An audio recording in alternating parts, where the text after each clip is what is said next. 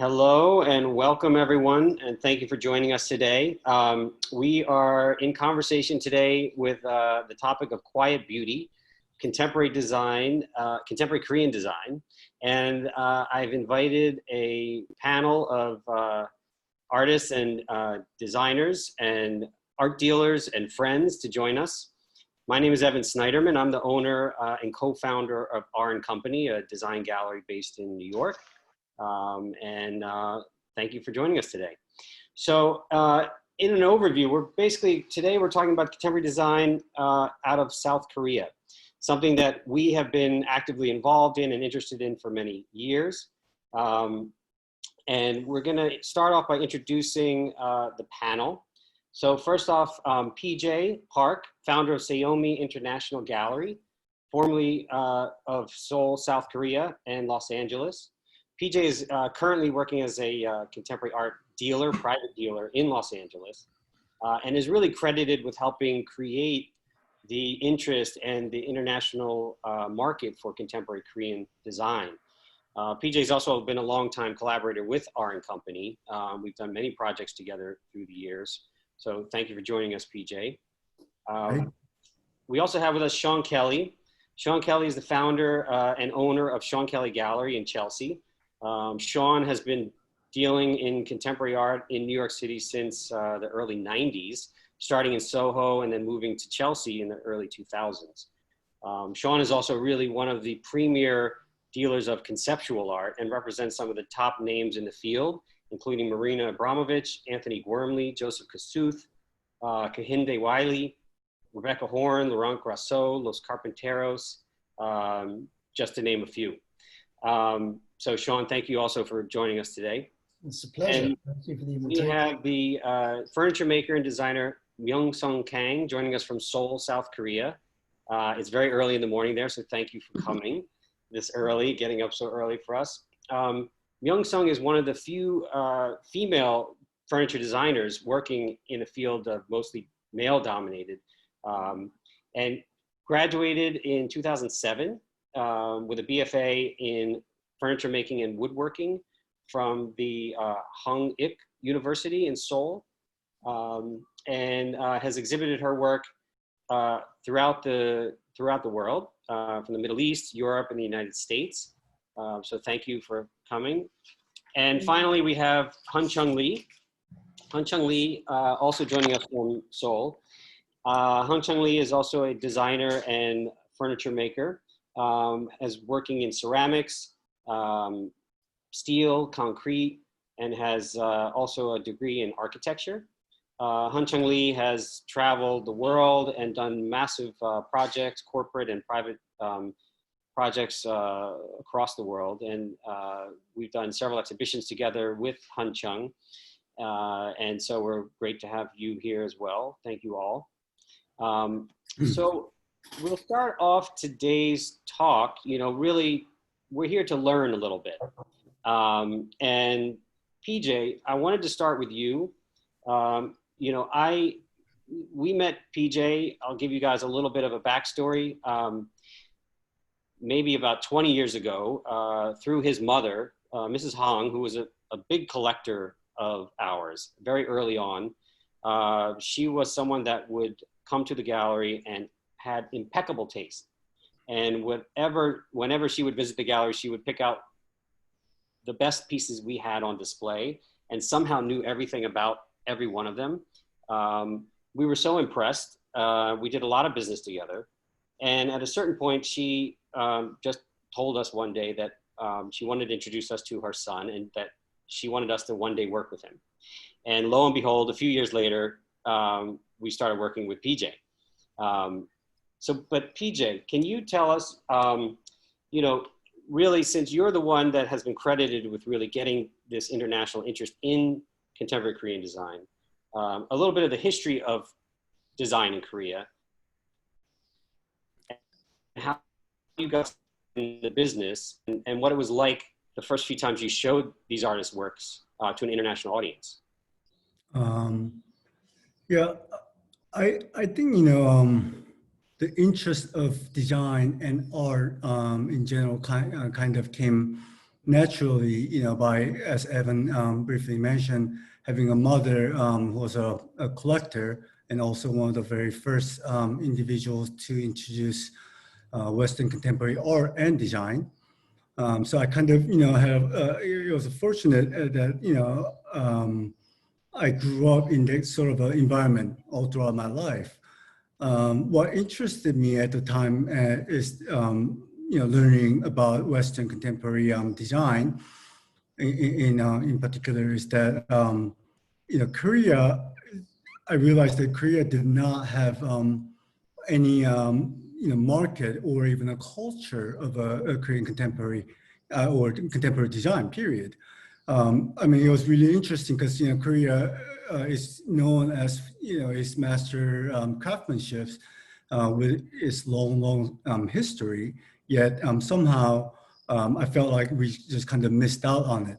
So when I look back, I realized, just tying a few things together, I realized how we, after the Korean War, we had rebuilt the entire country basically, and then after that, we had an import era. So meaning that we start importing everything, including furnitures and all the others. So in a way, the tradition of a craftsmanship kind of got stuck there, and then just jumped into an import, and then never had an opportunity to be developed into a contemporary scene.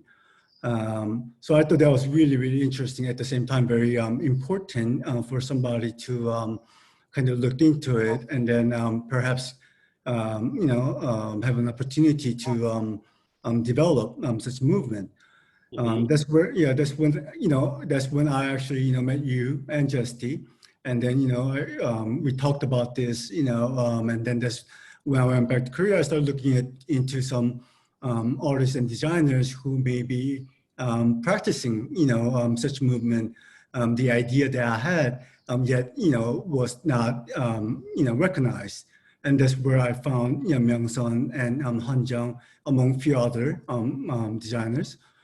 And then, after, a few trials, and then, we decided that we will see how we can launch into the international market. And then we used a platform of Design Miami.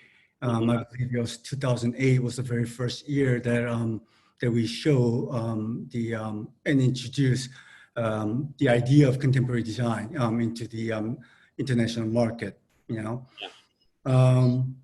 And then, surprisingly, I mean, the response was quite amazing. Nobody at the time has seen anything like it, didn't even heard about it.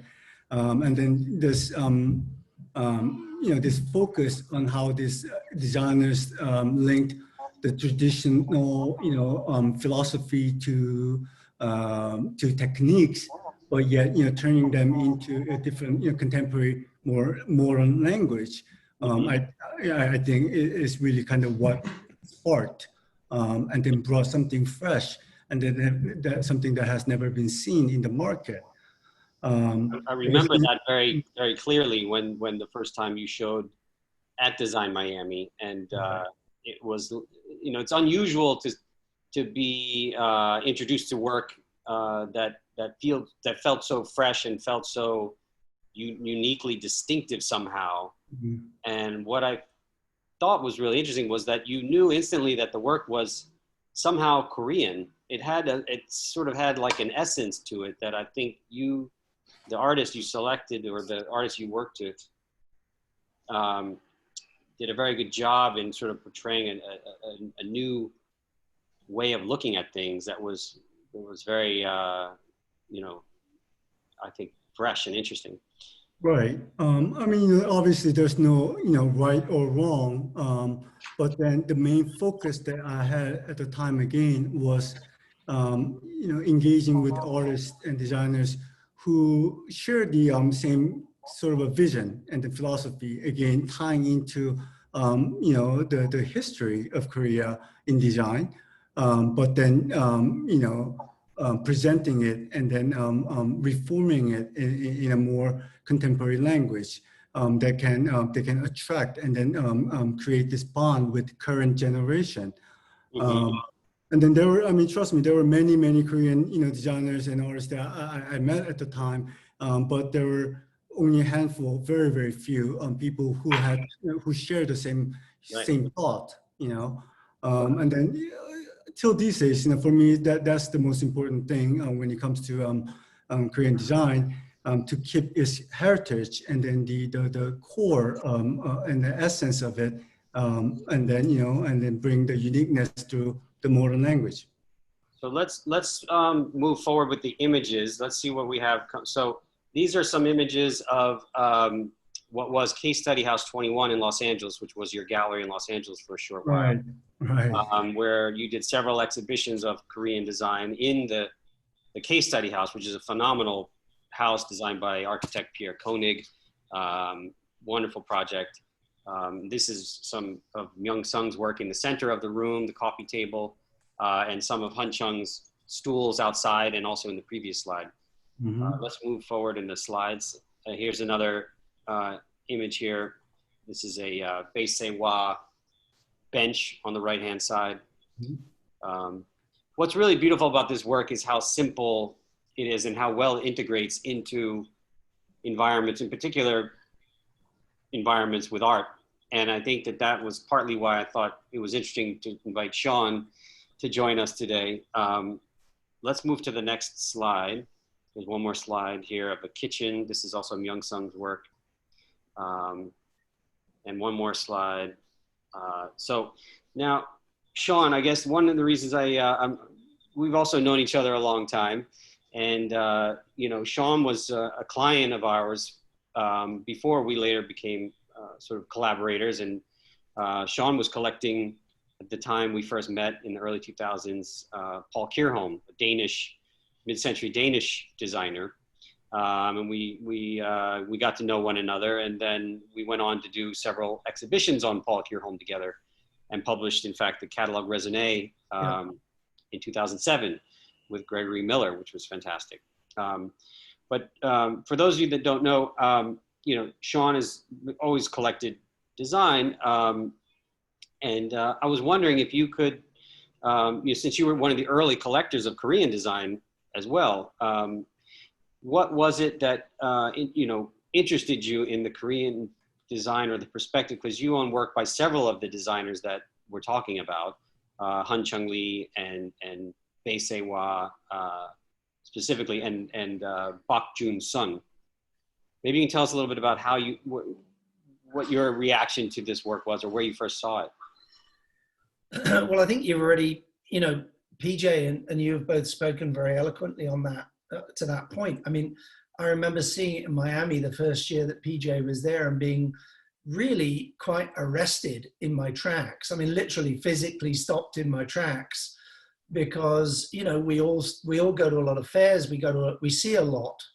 And it was so unusual to see something that I absolutely did not know, that was so fully formed and clear, and that had, I didn't know what it was, but the booth was magnificent.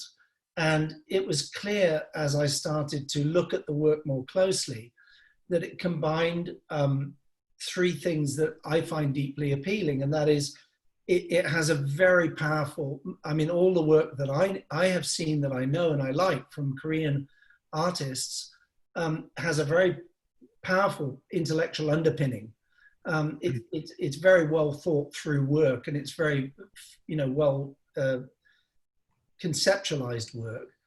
It has a very strong minimalist sensibility, which I felt related very well to classic modernism, but also to the kind of extraordinary craftsmanship that one sees in the work of Shaker craftsmen, particularly. And so, that Shaker connection, which takes me to Donald Judd, leads me right back to the Korean makers. And I felt it was just the work was very powerful and arresting. It was beautiful, it was smart, and it had a sensibility that I felt very comfortable with. But it wasn't backward looking, it was very forward looking. And I really responded to the demands of the work in a quite particular way, and was very struck by it. Yeah, that's interesting. So this is a shot of Sean's house in upstate New York. You call this house Tree Top? Is that what it is? This building is called Tree Line, and it's Tree Line. Sorry.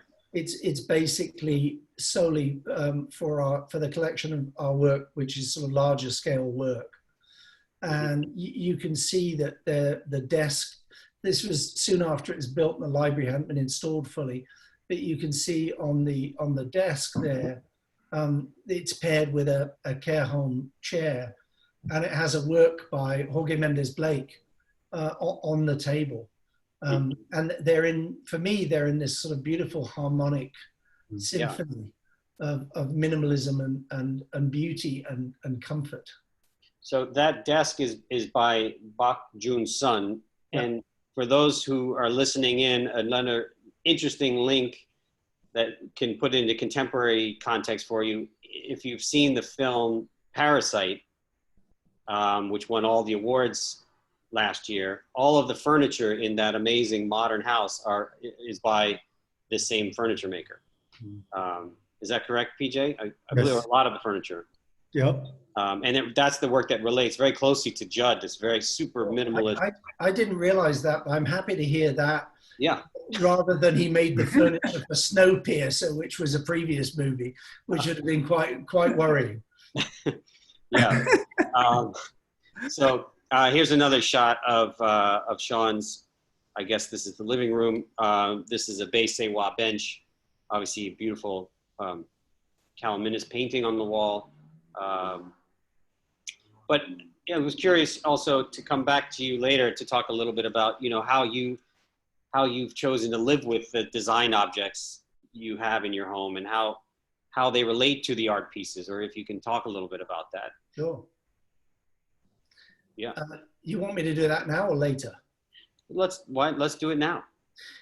I mean, I find that the work it really doesn't require any interpretation or mediation. I think you can put the work in direct dialogue with contemporary art. And it has this wonderful kind of fruitful dialogue. I mean, the Beisei-wa here with the Davide Balliano sculpture on the floor and the Calamin's painting, that's a sort of very minimalist conversation or discourse that's being conducted. But Hung Chung's pieces, for instance, are outside. We're in upstate. The next slide. In the Hudson Valley, we're upstate, and they're very happily sort of, form part of an area that you can sit and chat next to the pool. And, yesterday it was 92 degrees next to the pool, and in the winter it can be -40. And it's remarkable to me that they are not only beautiful, but so resilient. I don't know how Hung Chung quite achieves that, but they're structurally, they're ceramic, but structurally they're sound. You can sit on them and they can survive this enormous range of temperatures that we get up here. Yeah. And I just feel like in any environment, that you're in the presence of I hate the word craft. I think it's such a debased word for us all at this point. Yeah. I think you're in the presence of real artists when you are using these pieces. So for me, it's seamless. I don't feel that they occupy a different intellectual space from artwork. Yeah. I remember when Sean was had interest in this Hung Chung Lee's ceramic objects and sometimes called stool. He asked me if he could sit outside, and I told him yes. But Sean reminded me that it was going to be upstate New York. It snows a lot, and how cold, and everything about it. And I kept telling him, I said, Sean, trust me, it will be fine. And then, don't you hate it when dealers say "trust me"? That's always the case. And then Sean was like, "PJ, don't play with me. You have to be sure, absolutely positive, they will be okay." I said, "Sean, Trust me, it's okay. You'll be fine. I can tell you, PJ, not only were you right, but these Han Chung Lee stools were in close proximity to an outdoor sculpture by a Chinese sculptor. And I was assured of exactly the same thing when I purchased that work, and it got demolished by the weather. So Han Chung came out ahead on that one. Chinese sculptures, the other, Han Chung Lee won. So let's move on. So let's move to the next slide. I believe we have the next slide.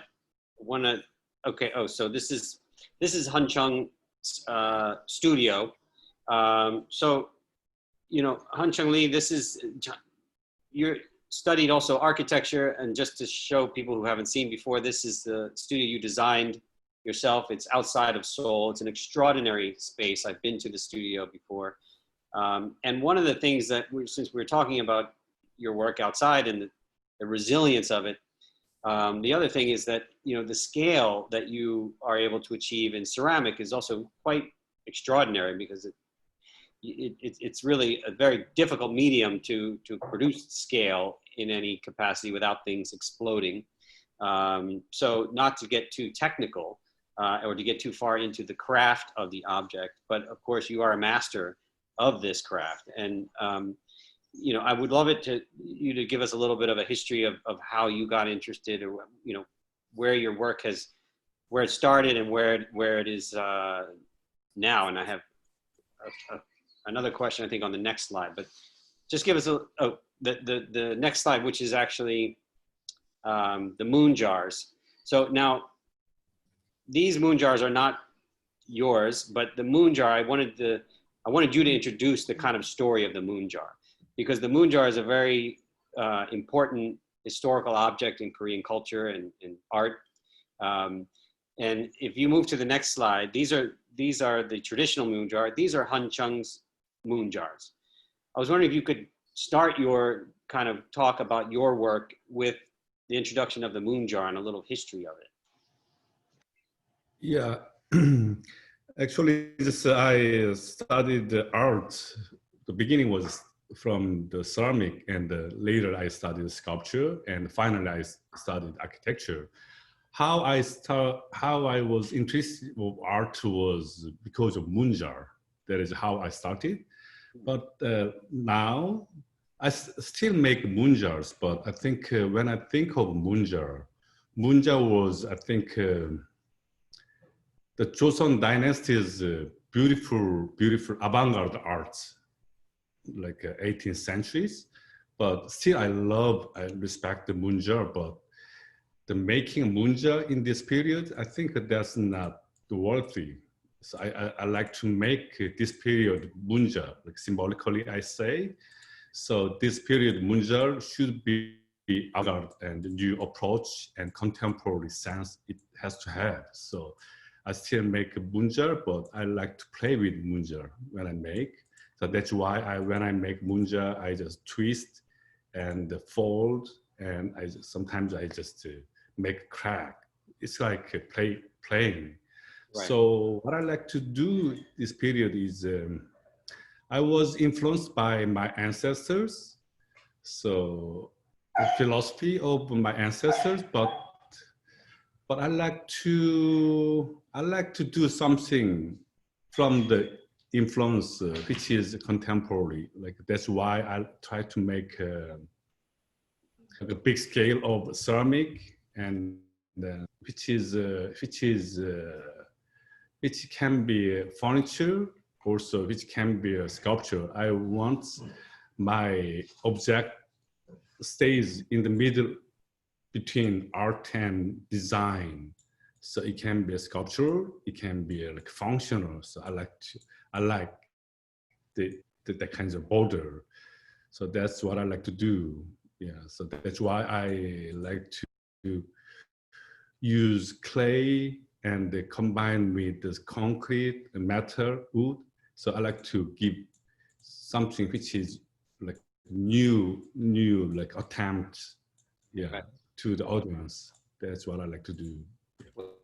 Your work has real structure to it, and maybe that's where the architecture you studied comes into your work, because even these objects, which are furniture pieces, have a real structure, almost an architectural presence to them. So maybe we can see one more slide of Han Chung's. Oh, that's, sorry, we're going to jump around a little bit. So this is Myung Kang. This is you in your studio. Now, maybe let's go one or two slides further, just to give you a little indication. Here is working in wood.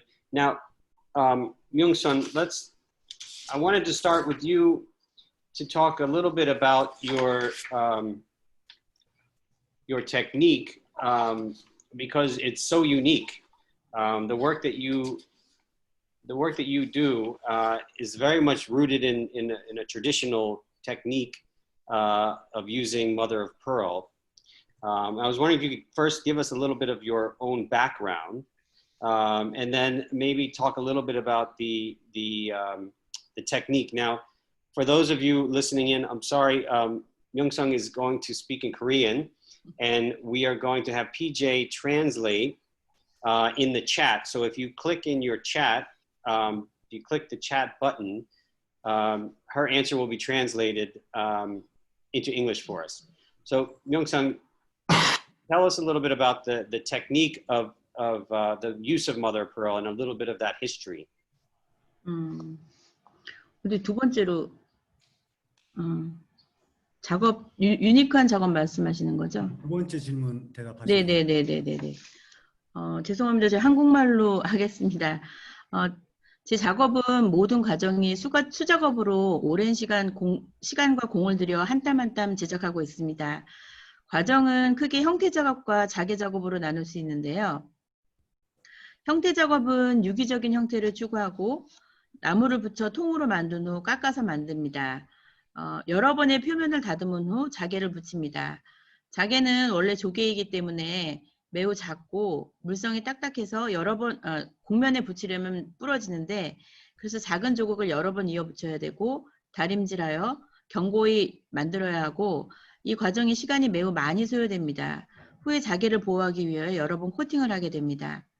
유독 시간과 공이 많이 드는 작업 방식이 어쩌면 생산이란 과정의 관점에서는 비효율적으로 비춰질 수 있지만, 사실 제가 작업을 할 때 가장 중요시하고 또 즐거워하는 것이 바로 이 고단함이라고 할 수 있습니다. 충분한 시간을 가지면 모든 과정에 나의 육체적 능력과 정성이 담겨 탄생되는 작품에는 그 어떠한 최신 기술과 기계를 통해 생산되는 그 무엇과도 비교할 수 없는 영원함이라는 생명력이 담겨 있는 것 같습니다. 다른 재료보다 유독 예민하고 깨지기 쉬운 자개를 주 소재로 사용한다는 것은 아마도 이러한 장인 정신 없이는 불가능한 작업일 것입니다. 특히나 평면이 아닌 유기적인 형태의 자개를 입힌다는 것은 더더욱 까다롭기 때문에 저 역시도 수시로 작품 제작을 할 때마다 새로운 노하우를 끊임없이 배워가고 있는 상태입니다. 감사합니다. Thank you. Thank you. Hopefully everyone got that. If anyone has questions, of course, towards the end of this chat, we'll be able to answer those questions. So here you see, just to explain a little bit of her work, she forms these beautiful objects in wood, and then using this overlaying of mother of pearl, which is a very tedious, very slow process, and the process, from what I understand, really a historical process, usually only used in flat surfaces. So to create these three-dimensional objects is a really obviously a difficult task, but it's also beyond the ambition of it. It's more about pushing forward this historic or this kind of ancient technique and creating something new, which is exciting. And again, this goes back to that initial reaction I think we all had when we saw this work years ago. So let's continue on with another slide. This is another table by Han Chung. Again, one of the things I find very interesting too is the combination of the concrete and the ceramic. Here you have a ceramic base and a concrete top, and this is a massive table. It's not so much a coffee table. It's more a large table. You would sit at this table on low stools or pillows. kind of a traditional table in the sense of Korean design, let's say. So then here's another piece of Han Chung's using the technique. Maybe Han Chung, you can talk a little bit about this use of decals that you have done, because one of the things that I also have always loved about your work is the sort of feeling they have of paintings. They're very painterly, your work, and this piece is an interesting kind of diversion where you're using another technique. Can you talk about this work a little bit? Yeah, just I'd like to talk about two things about these pieces. The one thing is about the decal, why I use the decal, and the second thing, what I like to say is I wanted to show about, and because when people see ceramic pieces, they wonder about it can be broken. So I wanted to say about it. So I wanted to show about the fragility of ceramics. So after I bisque fire, I broke the pieces, and after I fired again, after I broke, 2 times I fired and I reassembled. So I wanted to talk about the fragility of ceramic, and that's what I like to play. And the using the decal was usually I just I don't use the decal a lot, but I like to play with glaze more than using decal.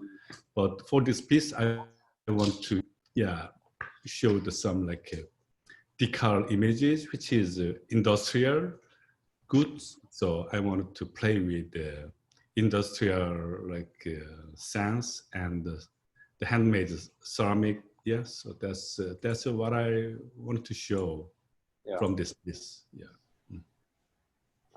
Evan, can I ask Han Chung a question? Please. Han Chung, could you explain the origin of the idea of the moon jar? Yes. What that means, because I know you guys know it, but some of our listeners may not know what the moon jar symbolizes and where that symbol comes from. Yeah. And then the second part of that question is to say that I find the preoccupation in both of your work with the void very interesting. And I wonder if that preoccupation of use of the void in both of your works is related to the concept of the moon jar. So can you tell us what a moon jar is? Yes, my personal opinion about moon jar, I say. So I think the original beauty of a moon jar is my ancestors, they wanted to make perfect round one. So that's what they wanted to do. But finally, when we see the moon jar, there is no perfect round moon jar. Sometimes they're tilted, sometimes irregular shape. I think that when I see the kinds of imperfect round moon jar, I discover really beautiful beauty. So I think there is very important philosophy in there. They try to make perfect shape, but finally they realize they cannot be perfect, something like that. So they accept we are not perfect. They accept imperfection. Yeah. So that's the essence, the meaning. I mean, they try to make imperfect. I don't say they try to make perfect one, but finally they accept that. So when I make stools and round stool or rectangle stool, I try to make some. I just assume and I design. Oh, this should be rectangle, like a square like a stool. This should be round stool, but I try not to make perfect ones. I just follow my hand and like intuition. Yeah, something like that. So that's what I was influenced from my ancestors. Right. Yeah. So just, just to add a few points on the about Munjar. As Han Jung mentioned, Munjar is one of the most significant and well-known object from Joseon dynasty, which I believe was like 1390s, maybe 1400 started. And then the idea was, again, is inspired by capturing a perfect full moon because it was so beautiful. So, but the makers, the artists at the time, the whole idea is that humans try to, reproduce from the nature that there is something perfect, yet, that we try so hard, yet, at the end of the day, it's just impossible. So that's the idea of Moonjar, and then Moonjar in making process is basically made in two separate parts, where the bottom or the top, is made separately, and then you put it on top of each other when you fire it in the kiln, and then the chances of that piece being coming out as a one piece is very slim because of the weight, because of the balance, and it could be the temperature, everything. So it takes quite an amount of time to have actual Moonjar coming out of the kiln that can be displayed.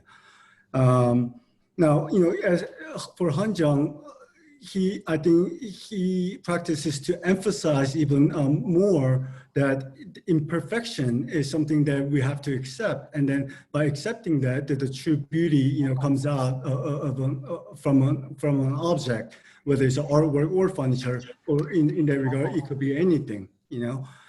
So Evan, you showed the slide of a table, low coffee table with the cracks, and then he highlighted it with this, what could be seen as a decorative, features. Yet, that's another way of Han Jung highlighting, emphasizing that, I'm not going to hide how fragile, the ceramic can be, and then, for him, is not to cover up what could be seen as a weakness, rather to highlight and to emphasize it. Yeah, I think it's a very interesting. The whole idea of that is fascinating, and that's why I wanted to include this part of the story. And thank you, Sean, for bringing that back, because the story behind the Moonjar is really, for me, what got me so interested in this whole idea. Because it was one of the first things you talked to us about when we started talking about doing a show on Korean design. The Moonjar was the first. We put them in the window of the gallery, and I had never had an experience, but they're very powerful objects, so it's an important story, important part of the history that I think we're now seeing in this contemporary what's happening with all the other designers. Is it okay if we ask Myung about the void aspect of this? Because I do find it fascinating that with both of your work and other Korean artists and designers that I've seen, this notion of the void, and perhaps PJ, you and Myung could talk to this notion of the void in the work seems to me incredibly present and powerful. Yeah, maybe I can, speak on behalf of Myung-sun. Myung-sun also, practice the same, philosophy and an idea in her works in a very different way. Her, the essence of the base of, her uses of mother of pearl actually comes from even, longer, history. And it was called Goryeo dynasty. That was before Joseon dynasty, and I think it was like 11th century or so. That's when the Korea or Koreans developed and then introduced using mother of pearl as a material making furnitures. Now that has really kind of it's a very difficult task, and in technical sense, because mother of pearl mother of pearl is such a thin layers of in pieces and so fragile that it could actually only be placed on a flatter surface. However, now Myung, when she brought it back into contemporary scene, as you can see in this image, majority of her works are in more organic, and rounded shapes. And then she specifically choose to, work in this certain lines to challenge even, to the next level of using mother of pearl and then trying to, place them on a rounder surface rather than flat ones. And then for that, in order to do that, she had to cut the pieces in a very, very small, tiny pieces, and then, lay on top of the surface by hands. So as you can imagine, it takes incredible amount of time to do so. And let me interrupt you for 1 second just to see if the question Sean was asking is more, I think, conceptual. Yeah. In terms of what this idea of the void, Sean, that you're talking about.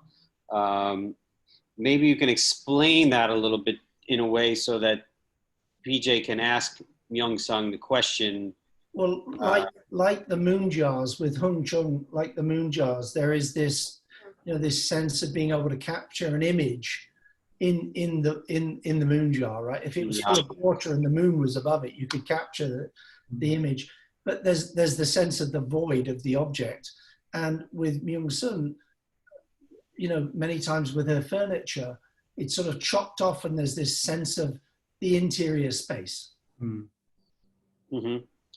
Well, like these like holes, these like voids, the idea of these openings into another world kind of thing. Maybe. For Myung, both moon jar and in Han Jung's works too. But again, being inspired by the nature is something that Korean ancestor emphasized when it came to beauty. And then they call beauty in general in terms of art and design, even the architect. They just call it as a beauty. For Myung, however, she finds her inspiration in the nature, and specifically in ocean lives. So it's not just a line. It could be a line of a tree or a mountain, but she dips even deeper into the ocean life. That's and then it for her is almost like unknown part of the world. That we know only so little about. Mm-hmm. So I think that's where the lines form from, but yes, still it ties into being inspired by the nature and getting the ideas from the nature. So let's move on in the slides since we're getting close to the end of our time. Now, this is an early slide of the first Korean design exhibition we did at R & Company in 2013, I believe it was, somewhere, or no, wait, is that correct? No, I can't remember, 2010. And in this slide, you have the work of Chung in the front, and then on the pedestal behind, you have Byung-Hoon Choi, who we didn't talk about, but Choi was also, I think, in a way, a little bit the kind of grandfather of contemporary design, for lack of a better term, in Seoul. He was the generation before Chung, right? Maybe he was even your professor of yours, I think I understand. But these pieces were, he was very successful in the 1980s and the early 90s and showing his work in Paris and other places. But this is, what I find so interesting is, we move through a few more of these slides, the overall sense, this is the second exhibition we did on Korea in 2000, what was it, 13, 14, is that the work is so different than the contemporary design we see today, even other artists I represent. There's a very different approach to the concept of what the object means and how you interact with it, how you you know, the surface treatment and there's I don't want to say like a seriousness to it, but it's less it's more thoughtful in a way, in a very serene kind of quiet way, which is why there's a theme that seems to be prevalent. It's not trying to be something that it's not, which I think is so exciting and interesting in its own way about this work. But this is, here's some other work of Choi. Obviously very influenced by maybe Osamu Noguchi, and you know, there's some really interesting, the use of stone and wood together, and these are fantastic. PJ, I was wondering, maybe you can talk a bit about what's, you know, since the last, let's say 10 or 15 years, there's a lot more contemporary designers in Korea. What's happening there today? And maybe you can give us some insight into, are things changing? Are things growing? What's happening in Seoul now? And maybe we can ask Chung and Myung to speak on that as well. Yeah, just briefly, in Korea, I would say yes, definitely there a rapid growth of younger generation contemporary designers, you know, and up and coming, you know, even young artists that practice in the field, in the market, and then, you know, there are also plenty out, you know, in Europe or in here, even in America, and studying abroad and learning about you know, contemporary design in general, and then coming back to Korea, and then you know, having a career. So, you know, in terms of the general market, yes, I think that I see a definite growth, and then I think it will continue to grow. However, I think finding the artists who you know, who focuses on the following of the traditional, you know, whether it's philosophy or techniques, and that, you know, and then bringing it to contemporary scene is still very very limited. Mm-hmm. Can you ask Myung what she's working on now and what she has coming up? 강민수 선생님, 지금 앞으로 지금 뭐 작업하고 계신 거, 어떤 뭐 어떤 계획이 있으신지, 혹은 어떤 아이디어들이 있으신지, 어떤 방향으로 그 작업을 하고 계신지 조금 간략하게 설명해 주실 수 있으세요? 이제 그 형태적인 거나 어떤 그런 거를 떠나서 이제 좀 작업을 이렇게 좀 중반기를 넘어간다고 해야 되나? 아까 그 말씀하신 대로. 그래서 그 어차피 수공의 정신은 그냥 계속 가지고 갈 것 같고, 네. 거기다가 이제 좀 더 이렇게 디자인이 좀 발전이 많이 되는 그런 것들 좀 해보고 싶어요. 어떤, 근데 좀 철학이나 이런 게 좀 들어간 게 좀 필요하지 않을까 하는 그런 생각을 좀 하는 것 같아요. 네. 계속 뭐 기술적인 어떤 뭐 그런 것도 좀 생각해봐야 되겠지만, 어떤 기술적인 것보다는 좀 어떤 디자인 철학 같은 거를 좀 잘 이렇게 좀 만들어내고 싶다는 생각을 좀 하고 있어요. Yeah, it's very interesting. Just to, you know, listen to her just now too. What she says is that these days, now that she's been working, and then, you know, she feels that she's reaching the, you know, mid-career stage.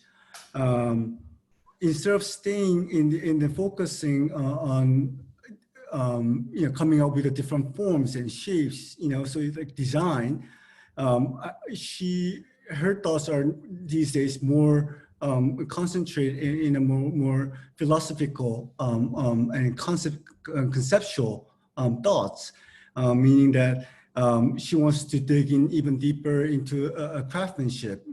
She really wants to study even about what it really means to become a craftsman, and then and keeping the tradition, and then how to integrate all those into her her own. So it's really the conceptual thoughts that she focuses, not really about the design aspects. That's good. Yeah. Tell her that's good. She should keep doing that. Is that good? Yes. All right, man. That's good. Yes. Keep going. Keep going. Don't stop. Can I ask, actually, of all of both the artists and PJ, perhaps, very pragmatic question, but you were talking about how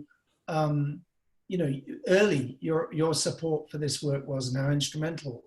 We were talking about how early your support for this work and how instrumental you've been in bringing it to a more international market. And, that's almost 20 years ago, or certainly 10, 15 years ago, with the support of R. And you were talking about the maturity of the design world in Korea. But at the moment, is there an indigenous market for Korean design in Korea, or is it still very much more appreciated outside of Korea? If I had to compare, from a market perspective, although there is a formed market of design, contemporary design in Korea, but the scale itself is not nearly as large or influential as elsewhere, for instance, like in America or in Europe. So I mean, it's still growing, but yes, in terms of scale, it's not quite there yet, I feel personally. Mm-hmm. So, for instance, Chung or Myung would still be having to be very active in the international market to sort of push things forward. Yes. Should I ask Myung and Han-jung for that, or? Yeah, please, if you don't mind. Yeah. Yeah, of course. 이현정 선생님. 네네. 그거 지금 이제 한국 시장 디자인 시장에 대해서 이제 얘기하는 건데, 네네. 한국 디자인 시장이 형성되긴 했으나 그 어떤 이제 인터내셔널 레벨에 비해서는 미약한 게 사실이고, 네네. 이제 그런 현실 안에서 그렇다면 작가로서 활동하는데 한국 시장에 주력하는 것이 어떤 의미인지, 혹은 한국 시장이 미약하니까 좀 세계 시장에 더 포커스를 두고 싶은 건지, 이걸 좀 궁금해하네요. I mean, so I think the design market in Korea and international market, that's, for me, when I think of that, that's a little bit different direction, because as you know, so design work should be involved with the house system. So Korean house system is a little bit smaller scale, and the different market, I think. So I make very various things, functional work and some small sculptural work. So when I think of my work in Korea, always a little bit smaller scale of this work is more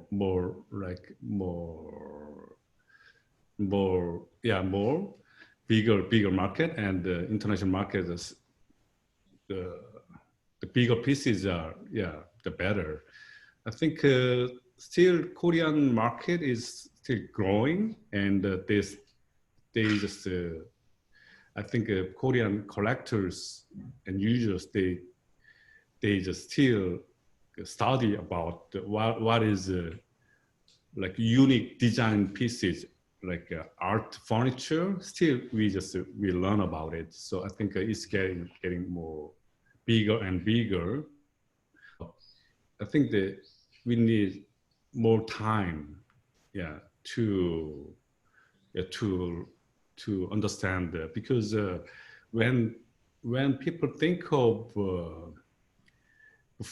furniture, many people, they think furniture is produce furniture. And when people think of art is unique piece, but they don't, sometimes some people, they don't understand what is art furniture, unique piece of art furniture. So we still just make the kinds of market, I think. Yeah, Right. That's my opinion. I think the market in Korea has been more in terms of the design market. I'd say the collectors there have bought more traditional things like Charlotte Perriand and like mid-century furniture, because it's really furniture, right? Right. More safer. Yeah. Yeah. You know, Pouvet and Perriand and these kind of classic French things in particular, maybe Nakashima, but still very much furniture, not the avant-garde, the sculptural works. Still, I think you're right. It still needs more time. Yeah. Maybe Myung, do you want to say something to that effect, or? 저도 뭐 비슷하게 이현전 쌤하고 같은 의견인데 뭐 그래도 옛날보다 많이 낮은 것 같아요, 지금이. 옛날에 한 10년 전만 해도 전혀 뭐 아트 퍼니처라는 개념도 없었고 그런데 지금은 그래도 많이 커가고 있는 것 같고. 네. She feels, she feels, just about the same as, Han-jung mentioned, but, she also definitely feels the growth of more people, more clients understanding the idea of art furniture or limited, furniture. And then, again, 10, 15 years ago, when she started out, really started her career, to be honest with you, there wasn't even a concept of design, period, so that's what she had to face, and that's where she had to start. So compared to that, nowadays, there are a good number of people, the clients that collect Myung-sun's work, regularly. That's a big step, Yeah. Well, for now, I guess we'll keep going and promoting it as best we can and bringing it to the rest of the world. We did have, an exhibition planned for sometime in the future with Chung that we're working on. Now with the COVID, everything is a little bit hard to put a date on things, but in the future, near future, hopefully, that exhibition will come together. And obviously, we just keep going and keep bringing, there's so much more work to do, I guess, in many ways, and still so much to discover. So I guess we can ask if there's anyone left out there that has questions. We're more than happy to answer any questions. You can chat the questions. I don't see many, but at the moment, I have one final question for Sean, which is, having, as an art dealer and someone who has been a collector of ours, I was going to say that it's interesting throughout our career as dealers, many of the people who came to us early and bought some of the most interesting things were actually other art dealers. And I always found that sort of fascinating. And I wanted to ask you if you could share with our remaining audience here, what's your secret to collecting? Oh my God. I mean, collecting generally? Maybe you can just share some insight in your wisdom on how you collect, or what it is you I mean, a bit of a general question, but how much time have you got? I think as a collector, I want to feel very passionate about the things that I collect and very connected to the objects that I collect or the things that I collect. So I think that I tend to take a little time to do my due diligence, to do my research in terms of finding out about an artist and trying to understand what drives them and to collect in an informed way, but never to lose, a sense of what drives me, which is the passion for the object. And also I love things that can produce sort of disjunctive relationships. So for me, it's absolutely fine for Chung to sit next to a Calaminis, or a Calaminis to sit next to a Degas drawing. I think that reaching across genres and reaching across time and reaching across medium is incredibly enriching. So I've never thought about just collecting art. I've always thought about it as being the way I live. And so for me, it's equally important to live with beautiful and smart furniture and objects that are supposedly functional, as it is to live with things that stimulate me intellectually or visually. So I just find that, I'm very happy if I can put together a fragment, an Egyptian fragment, a contemporary painting, and a beautiful chair, or a ceramic, or a sculpture by Chung or Myung or Bei Hua. I think they should all live together and enrich one, and actually be part of telling one's biography in a way. Yeah, well, that's great. Well, I think we'll leave it with that, and just thank you everyone for joining us today, and thank you Sean and Myung Sung, Hung Chung, PJ, for taking your time on this busy Tuesday, or what, and let's hopefully we'll see each other in real life soon. That would be nice. Yes. All right. Thank you all. Thank you. Bye. Bye. Bye. Bye.